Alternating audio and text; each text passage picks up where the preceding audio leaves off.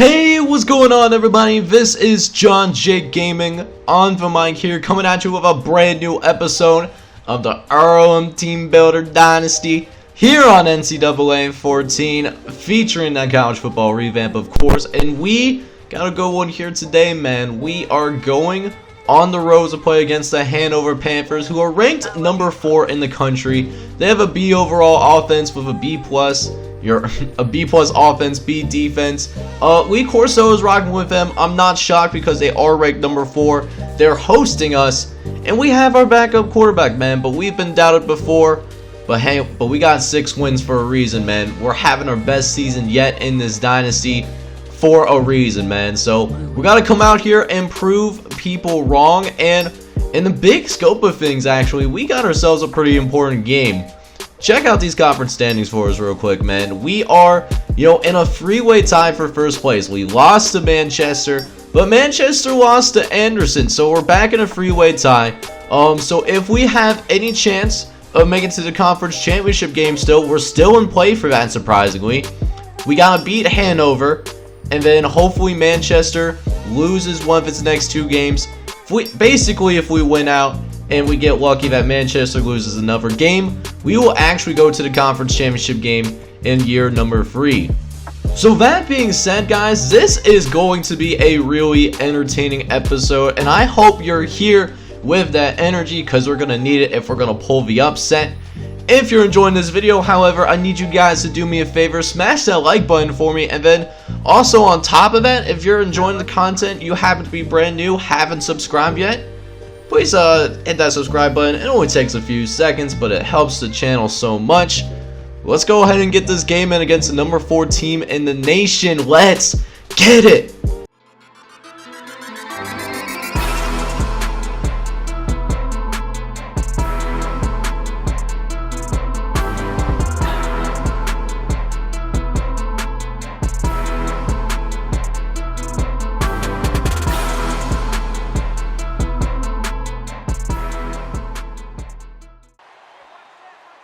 Alright, man, so huge test for us here on the road. We gotta make sure we get our quarterback comfortable here, because even though there isn't many people that, Hanover Stadium can hold up, at the same time, though, they are loud and rambunctious. And our quarterback's feeling it early, already got the squiggly lines going and everything. So we're gonna get some easy plays in. We gotta get some good runs in as well on top of it. We also got to make sure to put ourselves into some manageable situations. Like right now, man, only facing 3rd and 5, But we try to throw the 4 verticals. We get heads, we throw in. We're going to have to punt this joint away. And, we don't start this thing off exactly how we want to. But, a decent drive to start things off as, oh my! What a hit by Caden Doman, man. You'll love to see it. And that's going to be a huge key for us here. If we want to go ahead and, pull the upset on the number 4 team in the nation, we're going to have to try to contain Zachary Bradley, because you saw those stats, man. 17 touchdowns. It's absolutely insane, man. So we got some work to do for sure, but I'm confident we can go ahead and get this job done. Let's see if we can do it here as we got 1st and 10 coming up. Smith drops back, playing some decent coverage with Caden Doman. But they do throw it over the middle to Zachary Bradley, where Josh Brown was waiting to make the tackle. If they can't get him going on the ground, they'll certainly try to get him going through the air as well. As it looks like they run a little jet sweep. And what's crazy is that I saw the jet sweep coming. I knew it was going to be a jet sweep, but I couldn't do anything about it. Just, I should try to go outside with Matthew Sands. That didn't happen, though, but still 1st and 10. They're now in our side of the field, as Smith will go ahead and dump things off to his receiver, Antonio Logan. And that's going to be good for a 10-yard gain as well. So now facing 2nd and inches once again, trying to get back on track. Defense needing to get something done here. Throwing it short to the left-hand side. Gets it out to Brad Miller. An easy little out route to get a few yards. But we get him to a 3rd and long, though. We're going to send the house, make sure this quarterback does not have time to throw the football here. It works out for us here, man. Let's go, baby. forcing them to take this field goal attempt. You know, that's not bad considering it took up most of the quarter. You know, only being able to come away with 3 points. I'll take that as a little bit of a win, considering we are playing the number 4 team in the nation, as we get a little bit of a studio update, and Florida State gets upset by Syracuse. They were ranked number 1 in the entire country, but Syracuse looks like it's going to put an end to that right here, right now. So that puts Hanover in a good spot to, you know, solidify themselves in that college football championship game. But right now, you know, things are still pretty tight here in this first quarter. We're only down 3-0. You know, if we can get our offense going here just a little bit, that would be fantastic. He's got 3rd and 3 coming up here. Gonna throw over the middle. Adam Hill, the third, had to, you know, really reach out for that catch, but I'm really glad that he did, though. His second catch of the day, good for 21 yards. And we get a fresh set of downs to work with as a result of that. As Patton drops back, tries to throw over the middle. Was looking for Jakeem Short, but we threw it a little bit off target, unfortunately. And that's, you know, the thing with CJ Patton, you know. Still a true freshman, still, you know, getting the timing down a little bit with the receivers, it seems like. But CJ Holman will at least bail us out here a little bit, get the first down on the ground in order for us, you know, keep that drive going. But if we're going to win this game, we have to get our passing game going here a little bit, you know. Defense can't bail us out all day, and now we're going to have to ask them to bail us out again as CJ Patton throws an interception, and Bob Smith was open. He was there, but he just overthrew him, unfortunately. That's just, you know, bad accuracy on CJ Patton's part. But thankfully for us, though, we did force a 3-and-out on our next possession. So our offense is back on the field at the very least. We just have to take better care of the football. That's really what it boils down to. We have to be better with that. And hopefully we can do it here as 2nd and 10. Trying to throw it over to the right-hand side where Jakeem Short is. He's taking it down the sideline. And that's a nice 32-yard gain. You'll love to see it from Jakeem Short. You know, getting it from the yards after the catch. That's going to definitely help build some confidence into our quarterback. As the running game's also going pretty well here too, as CJ Holman is able to go ahead and pick up the first down for us as well. Gain of 10. We got another 1st and 10 coming up here. Going this time, hand it off to Jesse Green, the backup tailback. He's going to take it down the sideline, able to get to the outside as well. And he nearly picks up a first down himself. You love to see it. So we got 2nd and inches now coming up here. Going to try to run this deep curls concept. As we drop back, we find Jariah Bond over the right-hand side, and we don't pick up very much, but we do pick up the first down. And we essentially have ourselves a goal line situation. 2nd and 6, CJ Holman gets it into the end zone, baby. Touchdown, Earlham. Let's go, man. We got the lead on the number 4 team in the nation. And you know what else? We forced another 3-and-out on the Panthers. So we're back with our offense here. And, you know, 42 seconds left. We can go ahead and make this a 2-possession game. You know, that would be big for us going forward. You know, get some positive momentum because, you know, Hanover is certainly the better team as we almost threw an interception. Oh, my goodness. I'm glad Jonathan Wilson didn't catch that. But that being said, we got 2nd and 10 now coming up as CJ Patton will drop back again. Throw over to the right-hand side and gets it out to Derek Blue for a gain of 13 yards. So 35 seconds left on the clock. CJ Patton getting his troops to the line quickly as he's looking around, trying to find somebody to throw to, trying to force it to Derek Blue. And unfortunately, we throw another interception. And CJ Patton was just trying to throw it somewhere that, you know, it just wasn't available. That was just not a good decision on his part. So Hanover gets bailed out. We have them right where we want them. We just gotta, you know, do a better job executing on offense, and we can win this game.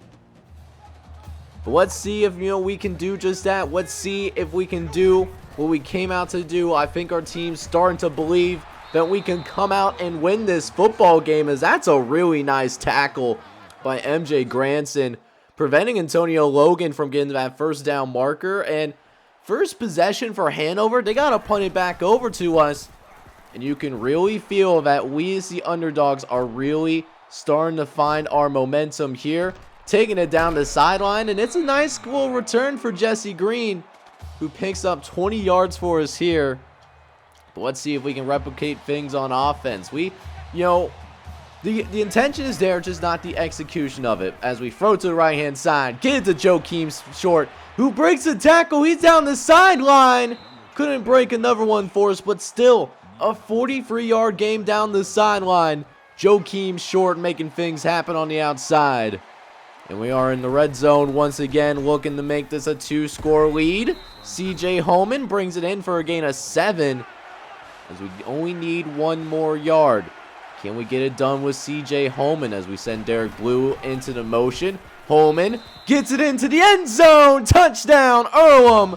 Let's go, baby. Let's go, Holman. That's what I'm talking about, man. We got a 14-3 lead on the number 4 team in the entire country right now. Let's see if our defense can keep it up. They've been balling out today, but unless they have plenty of time, and the crazy part was Deontay McCorron was there. He just didn't see the ball. That was a play that Deontay McCorron could definitely have made. And now the Panthers are in business. They're definitely looking to respond here to try to get this thing back to a 1-possession game. It's now 3rd and 6 coming up here. They're going to run a 5-wide set. We respond with a blitz, and we throw it short to Mike Clark, and guys could not rally in time to make the tackle. So a 9-yard gain going for a 1st down, and it keeps the drive going for the Panthers now, as Smith throwing again to that left-hand side. Again, tough coverage, but Antonio Logan still able to make the catch. We were just 1 step short, from being able to make a play on that ball. It leads to a goal line situation, but we can bring him back as well. Finn Otis. We haven't said his name much today, but Zachary Bradley keeping him contained. As Zach Bradley's still looking for his momentum a little bit. He has negative yards rushing. We just got to make this tackle, and Caden Doman can't do it. We should have had him stop. We had him stopped. Caden Doman, you got to make the tackle, my guy. You have one job. Like, look at this. Guy was there. Just got to make the tackle, but he just sheds him right off. And now Hanover with just a 4-point deficit. We go 3 and out on our very next possession. Is now Smith looking to drop back and throw it short over to the left-hand side, where Antonio Logan is, for a gain of 5 yards. As we got another 3rd and short coming up here. Guys are a little bit confused, trying to move him around a little bit here. As they move Williams around, it's going to be a read option. Speed option down the left sideline. Greg Jenkins able to bring him down, but Orlando Williams doing more than enough to pick up that 1st down, though. As Hanover's in business again, trying to retake the lead. As Smith drops back, throws over the middle to Williams, and he's brought down by Nate Hunt for a gain of 6. So another 3rd down waiting for us here. The 3rd down defense has been pretty solid here so far, man. We just got to keep it up. As we got another 3rd down coming up here. They're going to try to throw it, and we get the sack in the backfield. Is that Nate Hunt? Yes, it is, baby. The true freshman making a play as that takes us to the end of the 3rd quarter. Guys, this is a 14-10 game. We have a chance to get our biggest win in school history. Get them 4s up. Let's go and get it done, fellas. So the 4th quarter is officially here, and I absolutely love to see it. So couple of things I want to get done. Obviously, get some points on the board, and then on top of that, want to at least make sure that we run some time off the clock, because this is one of the better offenses in the country, and I'm actually really surprised that we've been able, to hold them to just 10 points. It seems that way, same thing with what we did against Hanover last season, but of course, game didn't save, so it is what it is. But Derek Blue makes a catch for us. We haven't said his much yet today either, because we haven't really passed the ball all that much. But Derek Blue, he gets his 2nd catch of the day, and that leads us to a 2nd and 2 now coming up, as CJ Holman gets another carry up the gut and manages to pick up 8 yards for us here. He's had a pretty solid day when asked to, make some carries for us, almost 6 yards to carry. As Patton dropping back, he's looking around, facing some pressure, actually going to scramble. And he's not as fast as Tom Brady, but when he has an open lane like that, you know, most of the time, he's not going to try to force it downfield. He's going to take those yards, you know, live to see another day. As we got 3rd and 4 now, Jesse Green taking it up the middle with a jet sweep. You know, a little bit of an unorthodox call on a 3rd and short, but it works out for us. So let's see if we can keep it going. 2nd and 10 now. Throwing over the middle where Derek Blue is once again, who takes a shot as he goes and makes that catch, but does hang on to it. So another 3rd and short coming up here. Let's see if we can pick up the 1st down here. So with the play action as Patton actually gets stuck. We get a glitch called on us on probably one of the worst times to get a glitch called on us. And, you know, it sucks. It really does suck. But thankfully, our coach wants us to go for it, and we're going to try it. 4th and 3, going with Jesse Green down the left-hand side and picks up the 1st down. So we keep it moving here. 1st and 10 again, as we find out CJ Holman might have gotten shaken up as well. So we're going to be missing him for the rest of his game, as we're now in a goal line situation now. Danny Carson's catch gets us inside the 10-yard line. Let's see if we can punch it in. As Joey Washington goes into motion, looks like it's man-to-man on the outside. One-on-one, gets it to Adam Hill to 3rd, but we can't punch it in. Panthers doing a really great job of keeping us out of the end zone. That would have definitely been the dagger. As we got 3rd and goal now coming up, trying to punch it in. Jesse Green in the backfield, but we lose at the line of scrimmage. Only thing that we basically did was line it up center for Jacob Ramos. If we decide to go with the, go for the field goal, which is what our coach wants us to do. That's what the house rule says. We got to go with what coach wants us to do, and we'll go ahead and kick it right down the middle with Jacob Ramos. And it does at least get us to a 7-point game, guarantee us an opportunity to go into overtime. But now our defense needs to come with one last stop. Can we do it? We can't sack Smith there, but he gets out of the pocket. Josh Brown has to bring him down eventually. Matthew Sands had it lined up. He just couldn't get the job done at the end of the day. And Hanover's moving really fast that our guys barely get an opportunity, to even get set on defense. And it really shows because Ben Pickens was just able to go ahead and sit in our zone. His first catch for 11. As we got another 1st and 10 coming up following that catch. As Smith drops back, throws it to the left-hand side, getting to Zach Bradley involved as MJ Granson was stiff-armed to another dimension. Thankfully, had a gang of defenders ready to bring him down. And it's a 7-yard gain now. 1 minute left. Smith dropping back, trying to get out of the pocket once again, but we was ready for it. Greg Jenkins. What? Actually, that's Brad Garner made the sack. But still, we got the sack. That's what we needed to see. And now 3rd and 8. And look what they tried to do. They tried to fool us with the halfback draw. We was ready for it. You can't run that on us. What are you thinking? But now we got 4th and 7 coming up here. This is the game. If we can stop him here, the game is over. And it's over. We got it done, baby. We forced the incompletion. And all we got to do, run one of my favorite things in football, the victory formation. And we was able to go ahead and pull the upset on the number 4 team in the entire country.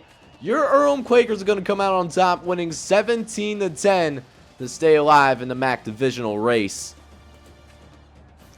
Alright guys, so we definitely did it, man. We get our biggest win in school history, beating the number 4 team in the entire country. This is insane, man, and all of the credit should go to this defense, man. Total offense, 166 yards. Rushing, they only allowed 13 yards on the ground.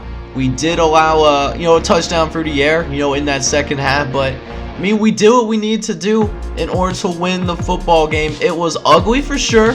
I'll give them that. We only had 300 yards of total offense, but we fought, and we fought. We managed to find a way to win this one, man. So checking out the stats for our guys here today, and CJ Patton, you know, not as good of his last game, but did enough to help us win. 176 yards, no touchdowns, and 2 picks. On the ground game, though, CJ Holman was able to go in and put in that work.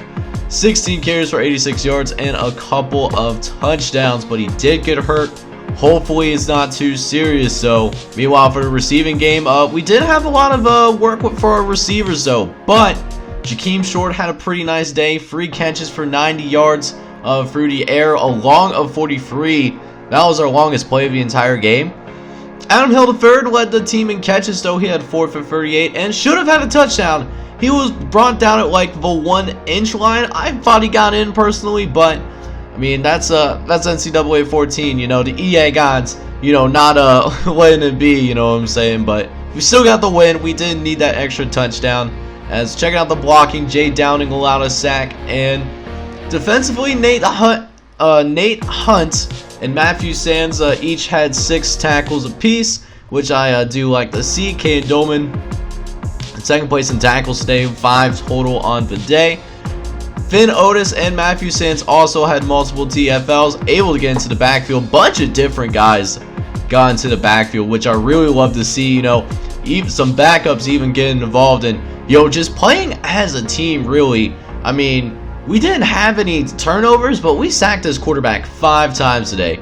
Nate Hunt got a sack, Justin Burden got a sack, Finn Otis got a sack, Josh Brown got a sack, Brad Garner got himself a sack as well. It was a sack party and led to another victory, man. I'm feeling really good. So we go ahead and sim to the next week after we finish up, going through the stats, all that good stuff that you just saw, man. And CJ Holman turns out sprained his elbow. He's going to be out for 1 week. And it does seem like, it's not as serious as the other injuries that, like Miami Uigallie and Mario Hernandez, had to deal with. CJ Holman is going to miss the regular season finale against Anderson, which is a little bit of a blow for us, man. He was really, coming together with a really nice season. He almost has 1,000 yards on the ground. He would be our first 1,000-yard rusher in this dynasty. He was only 48 yards away from making it happen. So, I mean, it sucks to see, but hopefully he gets better soon. On the plus side, though, our true freshman Mario Hernandez, he is, he seems like he might be able to play next week. He's missed, at least a good portion of this season, it seems like, but he's almost ready to come back. It'll be exciting to have him in what's been a really great defense these past couple of weeks. Being able to have our cornerback number 1, out there on the field once again. So next episode, we are going to conclude the regular season. We play against another top 25 squad. We play against the Anderson Ravens, who are 8-3. So not as good as, the Hanover team that we just beat on the road. But that being said, this is still a very good squad. We cannot take them for granted. And it should be a good one, man. So make sure you smash that like button for me. And then also on top of it, if you're brand new to the channel and made it all the way to the end of this video, I encourage you to hit that subscribe button, because it only takes a handful of seconds and it helps grow the channel, here on YouTube. So anyways, I'm going to sign off, but I hope you guys are all out there having a wonderful day. Take care, everybody.